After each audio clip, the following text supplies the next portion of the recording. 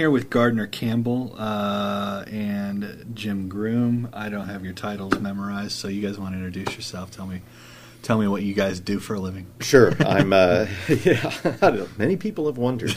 I'm director of the Academy for Teaching and Learning at Baylor University. It's a new program there.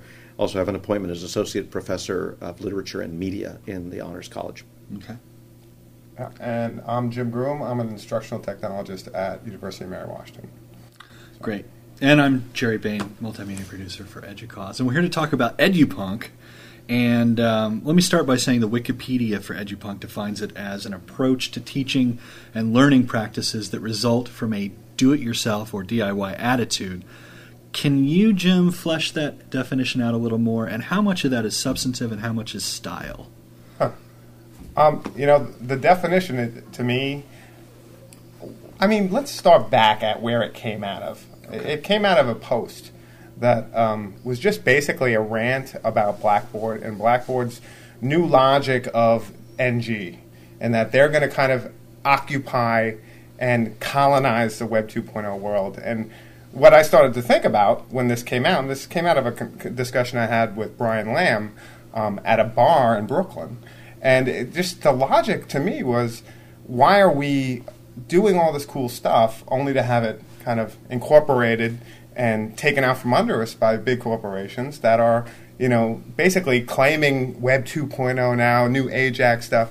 And the fact is, people have been doing it like this for years. This doesn't start with any one person, doesn't start with any one logic.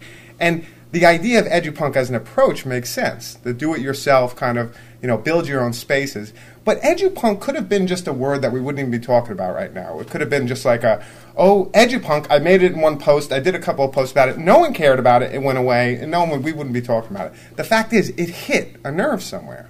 And it had nothing to do with any one thing. Stephen Downes kind of published about it again and again, and he followed it for a couple of weeks. The Chronicle of Higher Education picked it up, and it blew up. And it became something that was kind of ill-defined by the fact that so many people were reacting to it. But it wasn't so much how they traced it or defined it through a Wikipedia article. To me, it was the fact that people were responding to it en masse and were excited about it or pissed off about it, which was kind of interesting. And Brian Lamb had said this, and I had to back it up. Sometimes to read the posts where people hated it was just as fun, if not more fun, than the people who were like, this is great.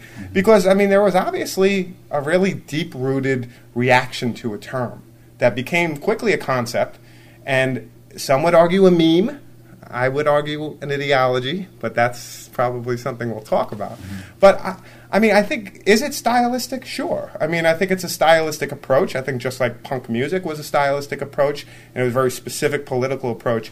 And how much Edupunk kind of crosses over with the idea of punk as a musical thing is, really it's a term that took on the life. And then people started to obviously bring that metaphor, and people had problems with that metaphor. I could only wonder why they would have problems with that metaphor, but they did. And so that really brought up a lot of things about distinctions between generations, different notions about how we think about our learning in terms of our culture. And what's really interesting to me about is it brings the logic of culture back into teaching and learning. This is stuff we bring with us, we blog about. And we don't all agree on what music we like, what movies we like, etc. But it actually gave us a space to think about other things in relationship to what we do as educational technologists or professors. And a lot of people were doing creative stuff with it.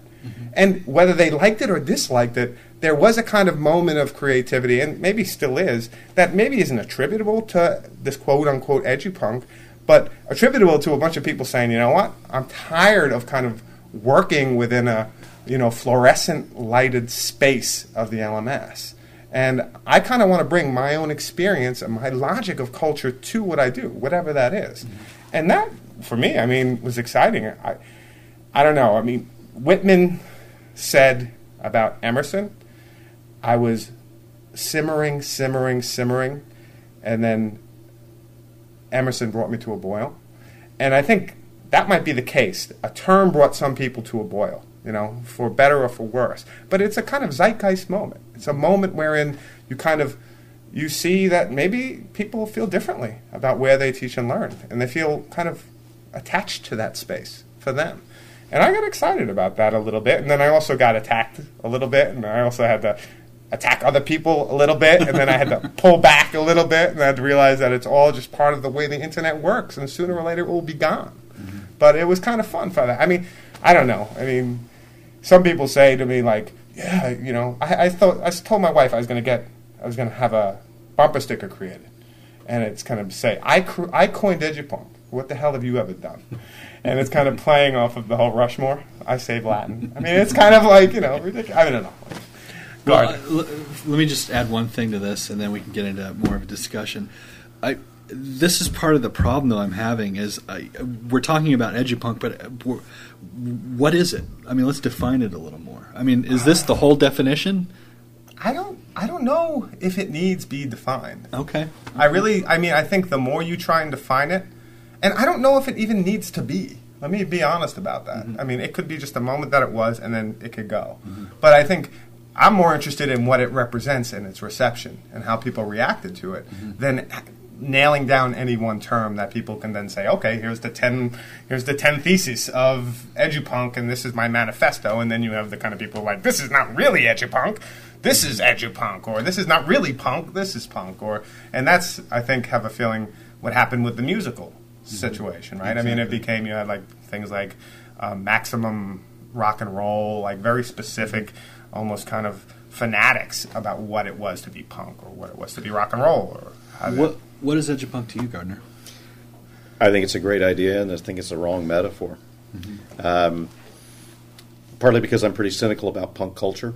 And I have to say that the flag-bearing punks, the Sex Pistols, at the end of their last tour, very famously confronted the audience and said, "Do you ever feel you've been lied to?" So punk was a manufactured movement. I think using punk as a meme or as an ideology or even as a metaphor risks falling into the whole sequence of things that ends up with Sid and Nancy dead, Johnny Rotten saying, "Do you ever feel you've been lied to?" And it's just another cultural blip. Now, having said that, everything about the D.I.Y. spirit, everything about the fluorescent lighted LMS, which is a brilliant way to describe it. Which I take from a post by you. Well, there you go. I didn't know I was congratulating myself. I guess that's a punk thing to do. So I am punk. Oh my gosh. I knew it. Yeah, right, thanks. All of that I am not only in sympathy with, I think the reason Edupunk took off the way it did as an idea, as a term, as a rallying point, is that a number of people suddenly said, I have had enough. I think it's more like that moment in Network, where everybody's outside the window saying, I'm mad as hell and not going to take it anymore. Now, in the movie, that doesn't work out so well either. And what I'm interested in is building something that is sustainable as an alternative so that we don't cycle through this again. So that the next wave is, somebody who's so bored with Edupunk invents another fluorescent lighted LMS, because it'll happen. Every revolution spawns a counter-revolution. So maybe the revolution paradigm isn't the one we want. Maybe there's another one there. But where I do agree is that it's time. It's time for us to think about this differently. And it's really where Jim and I are in complete agreement.